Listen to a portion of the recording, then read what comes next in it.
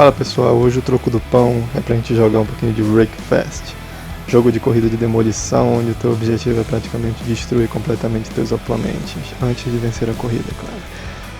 E com isso vamos bater aquele papinho sobre o capitalismo, continuando aquela saga de Marx, mas agora falando um pouquinho mais sobre outros pontos de vista de outros autores, mais especificamente sobre Fordismo e sobre o toyotismo. Lembrando que nesse vídeo também falaremos um pouquinho sobre a Revolução Industrial, além também de falar um pouquinho sobre o fetichismo e sobre a alienação.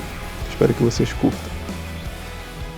Fordismo seria uma nova e aplicada condição de produção baseada no Taylorismo, né? Mas agora muito mais desenvolvido. Enquanto Taylor ignorava as aptidões tecnológicas que estavam sendo desenvolvidas com essa segunda revolução industrial, o Henry Ford abraçou completamente esse procedimento. Não só abraçando ela, mas também desenvolvendo novas mecânicas, novas metodologias. E a mais conceituada de todas foi a esteira. E essa esteira ela tem uma singularidade com o tempo muito interessante, porque ela faz do tempo um elemento controlado. Com a esteira você pode controlar o tempo de produção, porque a esteira ela seria algo que não pararia. Enquanto os trabalhadores estariam ali sendo monitorados pela esteira, controlando o tempo, você teria uma produção ininterrupta. E as principais características desse Fordismo seria, tirando, né, esse elemento da esteira, que eu vou deixar aí para vocês visualizarem, né, a gente pode até ver melhor no filme Tempos Modernos, tão citado por fazer essa alusão à esteira industrial de uma forma tão competente. Os principais elementos do Fordismo também foram a produção em série, né, e rígida e centralizada, que estabelecia uma centralização do processo produtivo baseado em cada trabalhador. O que significa o seguinte: os trabalhadores eles eram condicionados a fazer um trabalho apenas. Então você tinha assim, se a gente está falando aqui agora de carros, né? Então, nessa linha de montagem dos carros, cada trabalhador tinha a responsabilidade de apertar um parafuso, ou então juntar uma peça, ou então soldar outra peça. E você fazia aquilo repetidamente, né? Toda vez que a esteira andava, você tinha que apertar aquele parafuso e passar adiante. E a esteira trazia novos e novos e novos elementos que você tinha que apertar o parafuso. Então a sua única função era apertar o parafuso. Então você podia chamar qualquer idiota para fazer isso, sabe? Não precisava criar treinamentos e outras coisas para fazer com que aquelas pessoas compreendam aquela simples função. Qualquer pessoa você poderia contratar para fazer aquilo.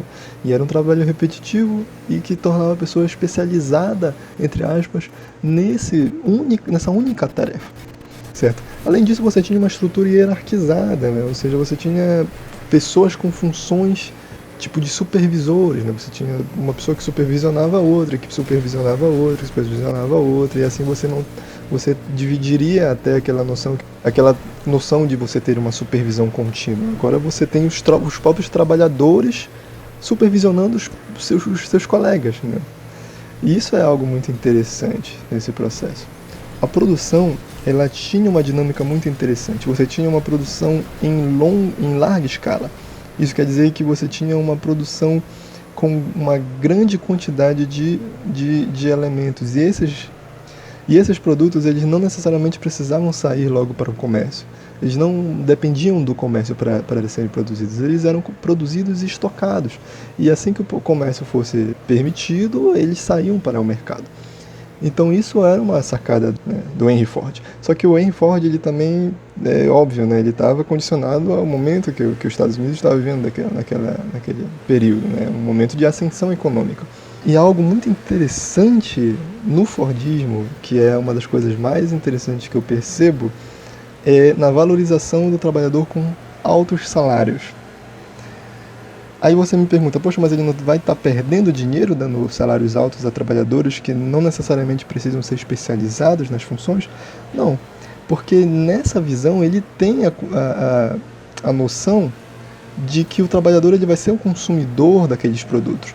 Ou seja, o trabalhador ele está produzindo algo que futuramente ele vai estar comprando, certo? Então isso é uma percepção da lógica de mercado muito interessante que o Ford tinha, de obtenção de produtos que futuramente vão comprar aquilo mesmo que eles estão produzindo. Vocês entendem? Isso é algo muito, muito interessante. E dito isso, a gente pode, pessoal, até voltar a Marx para fazer uma alusão ao dois dos seus conceitos mais interessantes com relação a esse processo produtivo que a gente está comentando agora. O primeiro deles seria a alienação. O trabalhador ele se torna alienado do seu próprio trabalho, ou seja, ele se torna despropriado de todo o processo de produção estabelecido e designado. Ele apenas condiciona-se como um trabalhador manual, né? Como vendendo a sua força de trabalho. E ele é designado apenas aquela determinada função que lhe é estabelecida pelo dono das propriedades dos meios de produção. Ou seja, enquanto antigamente, né, na época da manufatura, né, no trabalho artesanal, o trabalhador ele era condicionado a todo o processo produtivo. Aqui não, aqui ele é condicionado apenas a uma etapa da produção, desconhecendo todo o resto da etapa e muitas vezes até do próprio produto final. Ou seja, ele acaba do valor trabalho que lhe é expropriado com todos esses procedimentos. E com isso ele acaba se tornando alheio a esse produto, ele acaba se tornando uma máquina, né, utilizada pelo dono das propriedades como outras máquinas. Então o trabalhador ele acaba se tornando isso, ele acaba se tornando um elemento mecânico, uma parte mecânica daquele processo produtivo. E nisso a gente pode citar a segunda menção a Marx, que seria o fetichismo à mercadoria, né? O fetichismo para Marx seria basicamente quando o trabalhador que está despropriado dessas condições produtivas e não se enxerga no produto final que ele mesmo, né, desenvolve através do seu trabalho, ele perde, digamos assim, a sua humanidade nesse processo de produção. Ele perde a sua humanidade, a sua própria imagem e identidade naqueles produtos, né, que passam a ser propriedade do dono para ser vendido e assim estabelecer seus próprios valores e tudo mais. Então o que acontece? Para as pessoas recuperarem essa humanidade, para as pessoas reterem de volta essa identidade que foi lhe expropriada nesse processo produtivo, elas acabam cedendo ao consumismo, certo? Ou seja, ao consumo daquilo que eles mesmos produziram, né? Ao consumo daquilo que roubou-lhes a sua humanidade, a sua identidade. E eles se tornam alheios a isso, eles passam a se identificar através desses produtos que eles consomem.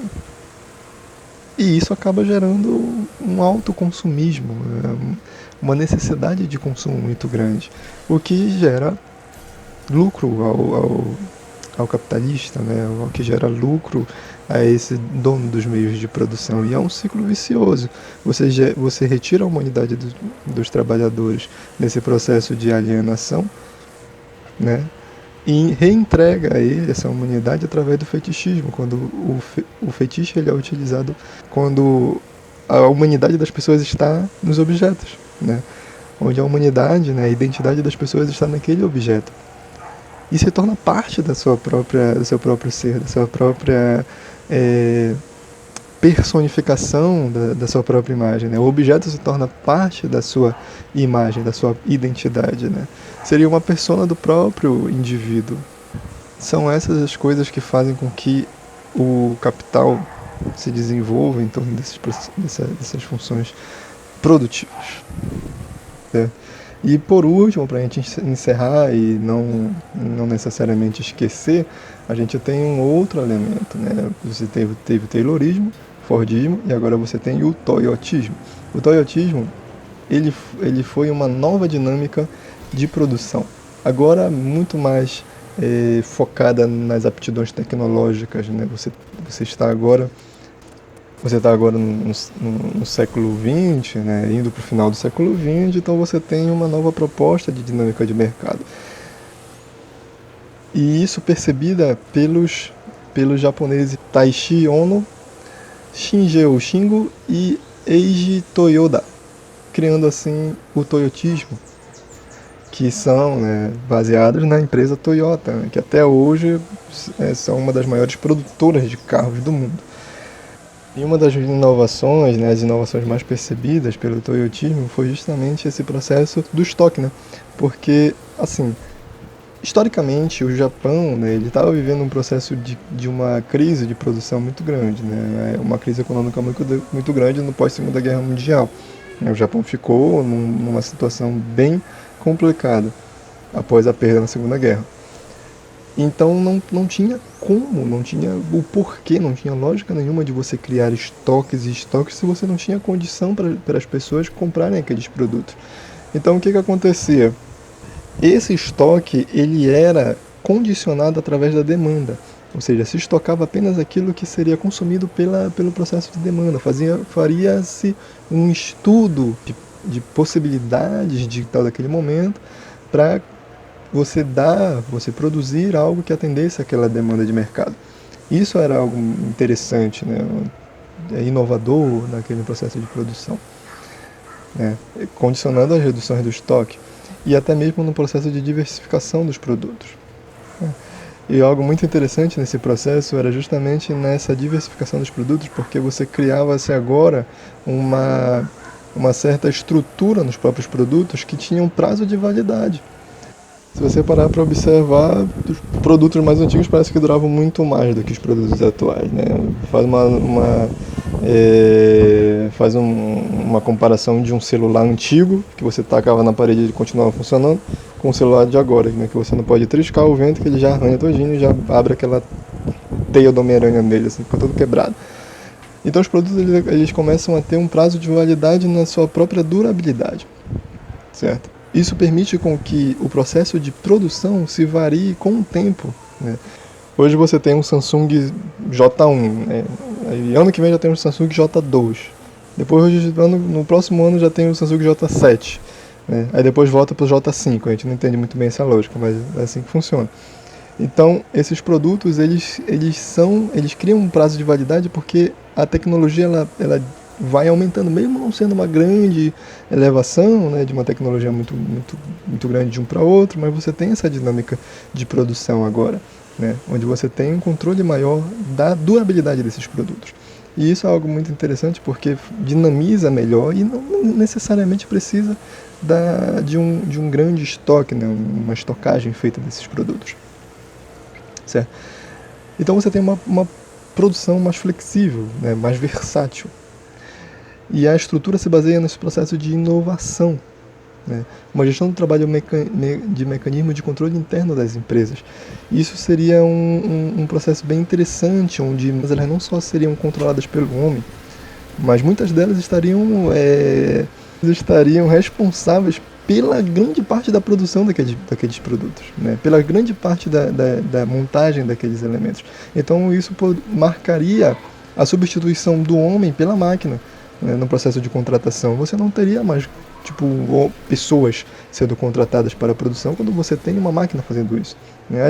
Exemplo disso você pode ver as caixas de banco. Você não vai mais no banco sacar dinheiro e você é atendido por uma pessoa. Você vai no banco sacar dinheiro e você é atendido por uma máquina. Você digita a sua senha, pega o dinheiro e vai embora. Então, né? E acabou se extinguindo essa função.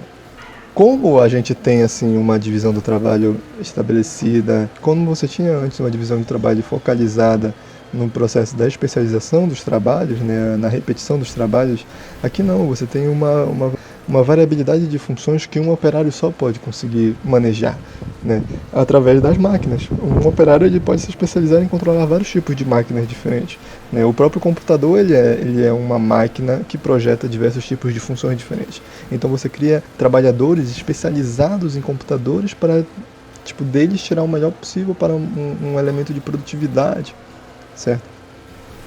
Então esse trabalhador ele não está só limitado a uma etapa do trabalho, certo? Ele pode se envolver com várias outras, basta ele ter qualificação para isso, qualidade para isso. Então não necessariamente qualquer pessoa pode fazer mais um determinado trabalho. Você precisa de trabalhadores qualificados, né? A qualificação ela começa a estar em alta, né? Consegue atingir uma alta nesse processo, né?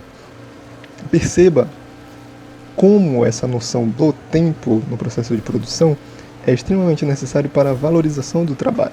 E esse trabalho maior valorizado, com esse excedente de valor, ele é abstraído pelo dono dos meios de produção, que vai obter o lucro em cima desse processo todo.